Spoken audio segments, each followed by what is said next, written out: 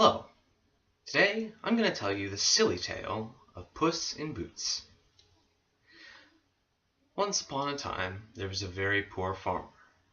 This farmer had 3 sons, whom upon his death he gave the only inheritance he could afford: his mill, his donkey, and his cat. The 3 sons settled who was to get what very quickly. The oldest son got the mill, the second oldest got the donkey, and the youngest got the cat. "Fine lot in life I've got," said the youngest son to the cat. "My brothers can at least make a living when they combine forces. But I have nothing to do except eat you and sell your skin. Even then I shall starve to death." The cat, who had been listening to the son's whining, felt compassion and said to him, "Make me a pair of boots to wear and a small bag to carry, and I shall help you out of your predicament." The son, thinking he had nothing left to lose, did what the cat requested, and made the boots and the bag.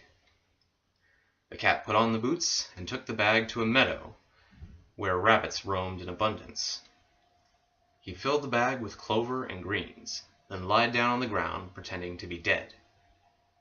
Soon enough, a young foolish rabbit poked his head into the bag and started eating the clover. The cat sprang up and killed the rabbit.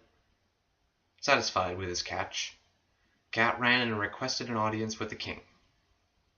Upon seeing the king, the cat gave him the rabbit and said, "Take this. It is a gift from the meadows belonging to the Marquis of Carabas." The king was pleased with the gift and asked the cat to give his thanks to the Marquis. The cat continued to give the king gifts in the name of the Marquis of Carabas for some time, until he heard of the king and queen's plan to vacation near the home of the sun. The cat saw an opportunity and said to the son, "Now I will set you up for life. All you must do is bathe in the river where and when I tell you, and from there just play along." The son did as the cat told him and bathed in the river near the road which the king and queen were to take. The cat buried the son's clothes under a rock and ran to intercept the king's carriage. "Help! Help!" he cried. "The Marquis has been robbed and is freezing to death in the river. Please, your Majesty, help him." The king recognized the cat and immediately sent for some of his best clothes.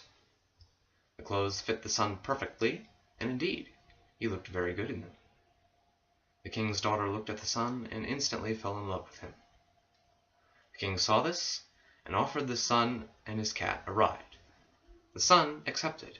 The cat instead ran ahead of the carriage along the path. He ran until he found a group of people reaping a field.